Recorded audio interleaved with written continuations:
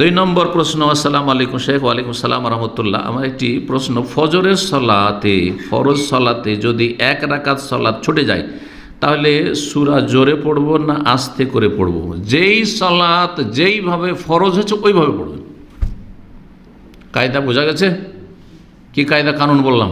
যেই সলাত যেভাবে আল্লাহ ফরজ করেছেন ওইভাবে পড়বেন। তো ফজরের সলাত 2 রাকাত জোরে তেলাওয়াত না আস্তে তেলাওয়াত?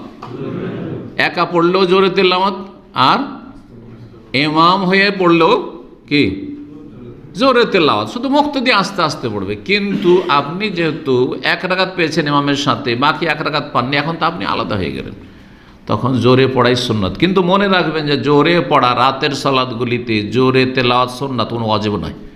সুতরাং জোরে তেলাওয়াত করতে মাগরিবে কেউ যদি ভুলে যায়, এশাতে ভুলে যায়, ফজরে ভুলে যায়, তো সাহু সিজদা জরুরি নয় এবং সালাত বাতিল হবে না। কিন্তু আজকাল অধিকাংশ মুসলিম কি মনে করে, কেউ যদি ফজর পড়িয়ে দেয় আর ও মনে মনে তেলাওয়াত করে পড়িয়ে দিয়েছে, আবার পড়িয়ে নিবে, যে নামাজই হয়নি।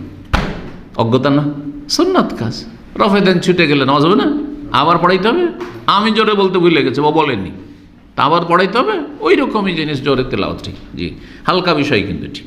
তারপরেও জোরে যখন আপনি মজবুক হয়ে পরে 1 রাকাত পুরা করবেন, তখন জোরে যেহেতু তেলাওয়াত, আর আপনি এখন একা একা হয়ে গেছেন, সুতরাং জোরেই তেলাওয়াত করবেন। তবে পাশের লোকে ডিস্টার্ব করবেন না, এমন জোরে পড়তে লাগলেন যে সবার হইচই মাতিয়ে দিলেন, এমন নয়। আস্তে আস্তে নিজেকে শুনিয়ে পড়বেন।